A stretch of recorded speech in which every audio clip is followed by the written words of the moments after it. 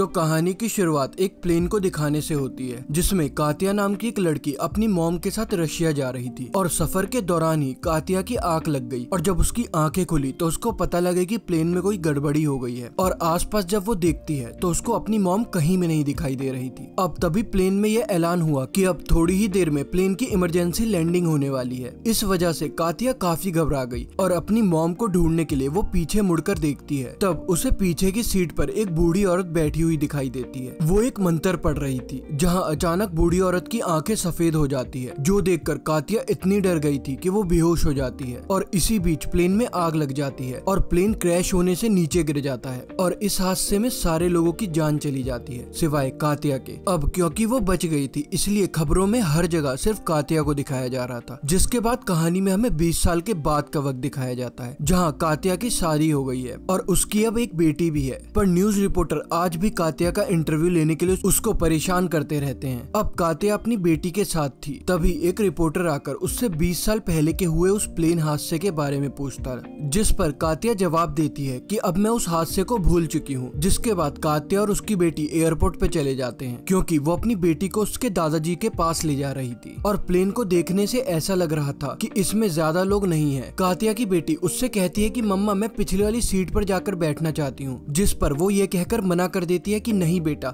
वो सीट हमारी नहीं है। प्लेन उड़ने से पहले कातिया और उसकी बेटी की मुलाकात एक रिपोर्टर से होती है और मौसम की खराबी का सुन के कातिया काफी परेशान सी लग रही थी। रिपोर्टर उसको दिलासा देते हुए कहता है कि तुम घबराओ मत, सब कुछ ठीक होगा और खराब मौसम भी ठीक हो जाएगा। अब कातिया नोटिस करती है कि हमारी पीछे वाली सीट पर शोर हो रहा है। दरअसल वहाँ पर बूढ़ी औरत की तबीयत खराब हो रही थी, जिसे घबराहट के दौरे पड़ रहे थे और उसे प्लेन में सफर करने से बहुत डर लगता था। अब कातिया जो कि दिमाग की डॉक्टर थी वो उस बूढ़ी औरत को जाकर संभालती है, साथ ही वो उसको टेंशन खत्म करने वाली दवाई भी खिलाती है जो वो खुद भी खाया करती थी। अब प्लेन के अगले रो में हम एक आदमी को देखते हैं जो कि बहुत बड़ा बिजनेसमैन था, जो अपने साथ वाली सीट पर एक लड़के को बैठा हुआ देखता है जो कि एक आर्टिस्ट होता है और वो इस वक्त पेंटिंग बना रहा था। प्लेन अपनी उड़ान भरने के लिए आगे बढ़ता है। कातिया भी वॉशरूम में थी, तभी उसको अपनी मॉम की आवाज जैसा कुछ सुनाई देता है। जैसे उसने दरवाजा खोला वो एक घर में आ जाती है। ये दरअसल वही घर था जहाँ पर कातिया अपनी मॉम के साथ रहा करती थी। वो इस पूरे घर में घूमती है और जैसे ही घर से बाहर जाने के लिए दरवाजा खोलती है वो फिर से उसी प्लेन में आ गई थी, जिसको देखकर कातिया काफी हैरान हो गई थी। आगे बढ़ने पर उसने देखा कि इमरजेंसी एग्जिट के बाहर जाने का रास्ता ब्लॉक है। इतनी देर में यहाँ पर एक एयर होस्टेस आ गई जो उसे अपनी सीट पर बैठने को कहती है, जहाँ रिपोर्टर कातिया से ये पूछने की कोशिश करता है कि आखिर तुम इतनी ज्यादा परेशान क्यों हो, लेकिन वो उससे किसी बात का जवाब नहीं देती। तभी कातिया की बेटी उसको उसके 20 साल पहले प्लेन एक्सीडेंट वाली बात बताती है और कुछ ही देर में बादल लाल रंग के नजर आने लगते हैं और सबसे अजीब बात कि प्लेन की खिड़कियों पर बहुत सारे हाथ आ जाते हैं। कातिया अभी सो रही थी जहाँ उसे फिर से सपना आता है, जहाँ सपने में अब हम छोटी कातिया को देखते हैं जो बैठी अपनी मॉम के साथ खाना खा रही थी और ये वक्त प्लेन हादसे के बाद का था। कातिया अपनी मॉम से पूछती है कि मेरे पैर पे जो निशान बना हुआ है वो जल्दी खत्म हो जाएगा ना, जहाँ उसकी मॉम ने जवाब दिया पता नहीं बेटा, हो सकता है ये कभी भी ना जाए, हमेशा तुम्हारी टांग पर ही बना रहे। तभी कातिया सामने लगे हुए शीशे को देखती है जिसमें उसकी मॉम का रूप काफी ज्यादा खतरनाक लग रहा था। इसलिए कातिया अपनी मॉम से पूछती है कि क्या आप प्लेन हादसे में आप मर गई थी। ये सुनकर उसकी मॉम को काफी बुरा लगता है, इसलिए वो कातिया के पास आकर उससे कहती है कि तुम मुझसे इस तरह के फिजूल के सवाल करना बंद कर दो, क्योंकि प्लेन वाले हादसे को 3 महीने हो गए हैं। और अब जब उसकी मॉम बर्तन धो रही थी तो कातिया को अजीब सी डरावनी आवाजें आती हैं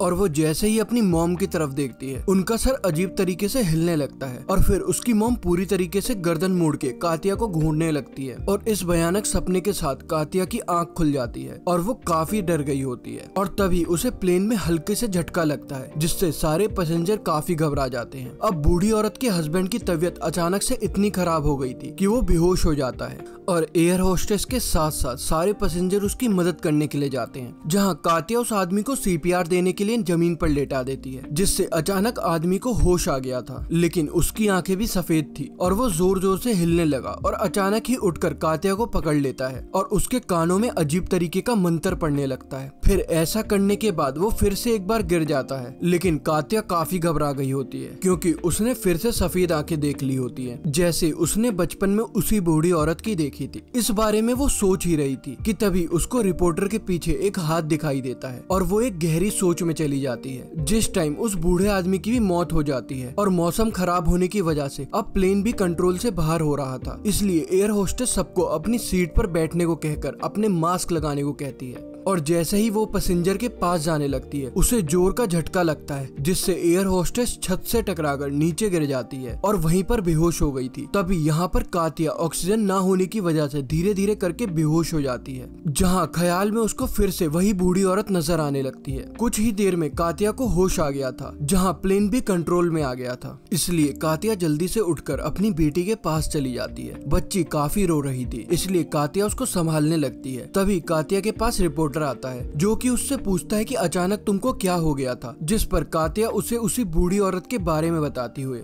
कहती है कि मेरे साथ जब बचपन में वो प्लेन वाला हादसा हुआ था, तब उसी प्लेन में मैंने कुछ देर पहले एक बूढ़ी औरत को देखा था जिसकी आंखें सफेद थी और जो मंत्र पढ़ रही थी, और बिल्कुल वही मंत्र उस बूढ़ी औरत के पति ने भी मेरे कानों में बोला था। अब कातिया उसको बताती है कि मेरा मानना है कि वो बूढ़ी औरत मुझसे नाराज है, क्योंकि प्लेन के उस हादसे में मेरे अलावा सब मर गए थे, इसलिए उस बूढ़ी औरत की आत्मा अब मुझे मारना चाहती है। जिस पर रिपोर्टर उससे कहता है कि देखो, ऐसा कुछ भी सोचकर तुम परेशान नहीं होना, और हाँ, तुम ऐसा करो कि अपनी दवाई लेना भी बंद कर दो, क्योंकि मुझे लगता है कि उन गोलियों की वजह से तुम्हें हेलुसिनेशन हो रहे हैं, यानी तुमको ऐसे ख्याल नजर आ रहे हैं जिनका हकीकत से कोई ताल्लुक ही नहीं है। जिसके बाद कातिया अपनी बेटी के पास आई, जो एक प्लेन की ड्राइंग बना रही थी। ड्राइंग में उसकी बेटी ने रो नंबर 19 की भी सीट बनाई हुई थी, जिस पर वो जाकर बैठने की जिद कर रही थी, जिस पर वो उसको साफ साफ मना कर देती है। अब कातिया को यहाँ पर ये लग रहा था कि प्लेन उड़ने से पहले, क्योंकि मैंने अपनी मम्मी की आवाज सुनी थी, तो इसका मतलब है कि वो मुझसे किसी चीज के बारे में बताना चाह रही थी, वार्न करना चाह रही थी। दूसरी तरफ बिजनेसमैन आर्टिस्ट को बताता है कि मैं पिछले एक हफ्ते से सफर कर रहा हूँ और मैं बस अब अपनी फैमिली के पास जाना चाहता हूँ, जो कहते हुए वो आर्टिस्ट को अपने मोबाइल में अपनी फैमिली की तस्वीर दिखाता है। लेकिन वो आदमी इतना अजीब था कि वो उस पर जरा सा भी ध्यान नहीं देता, बल्कि अपनी ड्राइंग बनाने में ही बिजी होता है। तभी हम देखते हैं कि आर्टिस्ट इसी बिजनेसमैन की ड्राइंग बना रहा था। दूसरी तरफ कातिया देखती है कि मेरी बेटी पीछे की सीट को देखकर किसी से बातें कर रही है, और जब कातिया उठकर देखती है तो पीछे वाली सीट पर कोई भी नजर नहीं आता। और पूछने पर कातिया की बेटी बताती है कि पीछे वाली सीट पर एक लड़की बैठी हुई है, जो मुझसे कह रही है कि तुम्हारी मॉम तुमको जल्दी छोड़कर चली जाएगी। ये सुनकर कातिया अपनी बेटी को गले लगाकर समझाती है कि मैं तुम्हें छोड़कर कभी भी कहीं नहीं जाऊंगी। तभी एयर होस्टेस आकर बताती है कि तूफान की वजह से ये प्लेन को नोवा में उतारा जा रहा है। ये दरअसल वही जगह थी जहाँ 20 साल पहले कातिया अपनी मॉम के साथ जा रही थी। अब यहाँ पर कातिया को एयर होस्टेस पर भी शक हो रहा था, क्योंकि उसने बूढ़ी आंटी के हस्बैंड की मौत के बारे में पायलट को जाकर बताया ही नहीं था। कुछ देर के बाद हमने देखा कि बिजनेसमैन की सीट के नीचे एक सिलेंडर लीक हो रहा है, और तभी बिजनेसमैन पॉकेट से अपनी सिगरेट निकालकर जलाने लगता है, और उसे देखकर कातिया सारी बात समझ गई और वो घबरा गई। वो फौरन उठी ताकि उसको रोक सके, लेकिन तब तक काफी देर हो गई थी, क्योंकि बिजनेसमैन ने लाइटर जला लिया था, और ऐसा होते ही गैस आग पकड़ लेती है, जिससे बिजनेसमैन पूरी तरीके से जलने लगता है। कातिया को आग में डरावना सा चेहरा नजर आता है, जो उसे घूर रहा था और चिल्ला रहा था।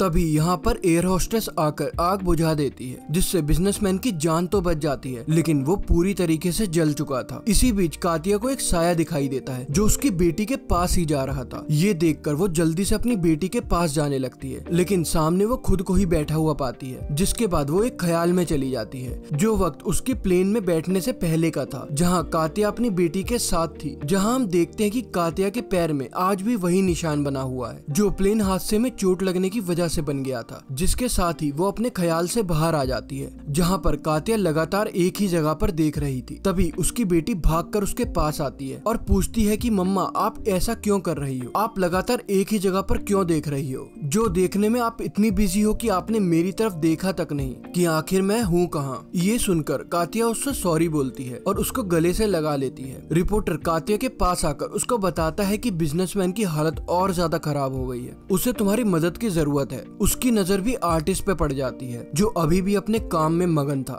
जल्दी जल्दी में वो उसको कुछ लफ्ज बोलते हुए ड्राइंग बना रहा था। उसका ऐसा बर्ताव देखकर कातिया अब उससे ज्यादा परेशान हो जाती है, इसलिए वो आर्टिस्ट पर चिल्लाने लगती है, पर इससे भी उसको कोई फर्क नहीं पड़ता। कातिया को ऐसा परेशान देखकर रिपोर्टर उसके पास आकर उसको संभालता है। अब बिजनेसमैन किसी तरह अपना हाथ आगे करके अपने फोन फोन तक पहुंचने की कोशिश कर रहा था। ये देखकर आर्टिस्ट उठता है और फोन लेकर बिजनेसमैन को दिखाने लगता है, जिसमें बिजनेसमैन की फैमिली की तस्वीर थी। दरअसल बिजनेसमैन मरने वाला था और अपने आखिरी वक्त में अपनी फैमिली को देखना चाहता था, और फैमिली की फोटो दिखाते ही उसको सुकून मिलता है और वो मुस्कुराते हुए मर जाता है। कुछ देर के बाद कातिया आर्टिस्ट के पास आकर उससे माफी मांगती है कि मैंने तुम्हारे साथ ऐसा बर्ताव किया, उसके लिए मुझे माफ करना। तभी कातिया नोटिस करती है कि बूढ़ी औरत अपनी सीट पर नहीं है। तभी उसको अचानक से याद आता है कि बूढ़ी औरत तो काफी देर पहले वॉशरूम गई थी और उसे ये बात काफी सता रही थी कि वो अभी तक वॉशरूम से वापस नहीं आई। और टेंशन में आकर कातिया वॉशरूम का दरवाजा को जोर जोर से पीटने लगती है। ये देखकर एयर होस्टेस को लगता है कि कातिया की दिमागी हालत कुछ ठीक नहीं है, इसलिए वो उसको फिर से सीट पर जाकर बैठने को कहती है, लेकिन वो नहीं मानती और दरवाजा खोलने की जिद करती है। इसलिए एयर होस्टेस दरवाजा खोल देती है, लेकिन अंदर कातिया को बूढ़ी औरत नहीं मिलती। अब जब कातिया बूढ़ी औरत के हस्बैंड के पास खड़ी थी तो वो देखती है कि अचानक से उस आदमी की आंखें खुल गई थी जो अभी भी सफेद हैं, और वो अचानक कातिया पर हमला कर देता है। अपने बचाव में जैसे ही कातिया थोड़े से पीछे हटती है तो वो पिछली सीट पर गिर जाती है, जहाँ ढेर सारे हाथ आकर कातिया को पकड़ने की कोशिश करने लगते हैं, जिससे वो काफी डर गई थी और चिल्लाने लगती है। मगर इस बीच उसे नोटिस कर लिया था कि मैं रो नंबर 19 पर हूँ। दरअसल बचपन में जब हादसा हुआ था उस समय भी कातिया की सीट रो नंबर 19 ही थी, और अब कुछ ही देर के बाद जब कातिया को होश आया तो वो उस सीट से उड़ जाती है और देखती है कि बूढ़ी औरत के हस्बैंड की लाश भी अभी तक उसी सीट पर पड़ी हुई है। और अब जब वो आगे बढ़ी तो फिर से किसी की परछाई को देखती है, जिससे वो काफी ज्यादा डर गई और जल्दी से अपनी बेटी के पास आई और कहती है कि हमें अभी के अभी प्लेन को छोड़ना होगा। ये देखकर रिपोर्टर उसको रोकने की कोशिश करने लगता है, पर अचानक उसकी भी आंखों से खून आने लगता है, जिसके साथ ही वो बेहोश हो गया था। तभी अचानक एक एयर होस्टेस के मुंह से भी पानी निकलने लगता है और बुरी तरह से वो तड़पने लगती है, और इसी तरीके से एयर होस्टेस की आंखें भी सफेद हो गई थी और वो जमीन पर गिरकर मर जाती है। कातिया को यहाँ पर अजीब लग रहा था, इसलिए वो जल्दी से भागकर आर्टिस्ट के पास आई और उसकी ड्राइंग वाली बुक को छीनकर उसको देखने लगती है। तब उसको पता लगता है कि आर्टिस्ट ने जिसकी भी ड्राइंग बनाई थी उसकी मौत हो गई थी, और उसकी ड्राइंग के हिसाब से अगली बारी कातिया की ही थी। अब इससे पहले कातिया आर्टिस्ट से कुछ पूछती, उसकी बॉडी अचानक से ही जल के राख बनकर उड़ जाती है और वो इतना ज्यादा डर जाती है कि जल्दी से अपनी बेटी का हाथ पकड़ लेती है और पायलट वाली कैबिन में जाने लगती है, जिस वजह से उसको रिपोर्टर और एयर होस्टेस ऐसा करने से मना भी कर रहे थे, मगर वो नहीं रुकती। अब अचानक ही एक अनजान शक्ति एयर होस्टेस को उड़ाकर अपने साथ ले जाती है और देखते ही देखते रिपोर्टर के सर से भी खून आने लगता है, जो इतना ज्यादा हो गया था कि वो वहीं पर गिर जाता है और मौके पर ही उसकी मौत हो जाती है। जाहिर है कि ये देखकर कातिया अब और भी ज्यादा घबरा जाती है और अब वह पायलट वाले कैबिन का दरवाजा ही तोड़ देती है, और ऐसा करने पर भी उसे पायलट तो नहीं बल्कि एक और ऐसा ही कैबिन मिलता है जहाँ पर सारी रोज खाली थी,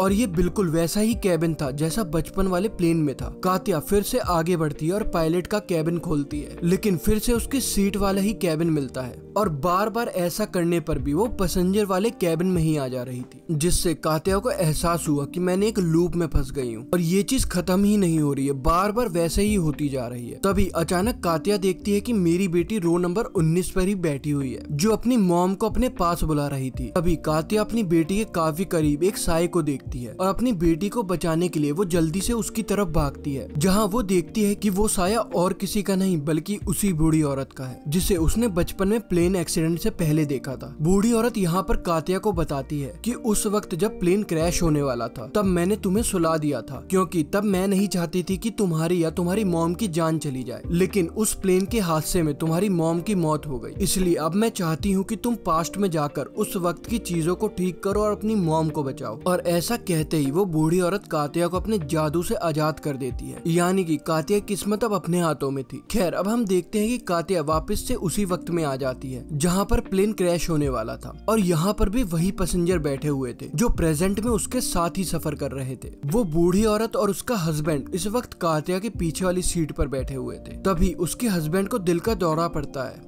और उसकी मॉम उसकी मदद करने के लिए जाती है, यानी कि प्रेजेंट टाइम में जैसे कातिया की मॉम ने उन लोगों की मदद की थी, ठीक कातिया भी वैसे वैसे प्रेजेंट में इन लोगों की मदद कर रही थी। प्रेजेंट में कातिया की बेटी उसको रो नंबर 19 में बैठने को कह रही थी, ताकि कातिया और उसकी मॉम पास्ट में अपनी जान बचा सके, जहाँ पर कातिया बच्ची थी और उसकी मॉम मर गई थी। जिसके बाद कातिया एक बार फिर से अपने पास्ट में चली जाती है, जहां हमें प्लेन क्रैश होने वाला सीन दिखाया जाता है, जो सीन हमने कहानी के स्टार्ट में देखा था। तभी यहाँ पर कातिया की मॉम बेहोश हो जाती है और किसी तरह कातिया अपनी मॉम को खींचकर रो नंबर 19 के पास लेकर आती है, जिसके बाद प्लेन क्रैश हो गया और उसमें सारे लोग मर गए सिवाय 2 लोगों के, कातिया और उसकी मॉम के। और इसी को दिखाते हुए ये कहानी यहाँ पर खत्म हो जाती है।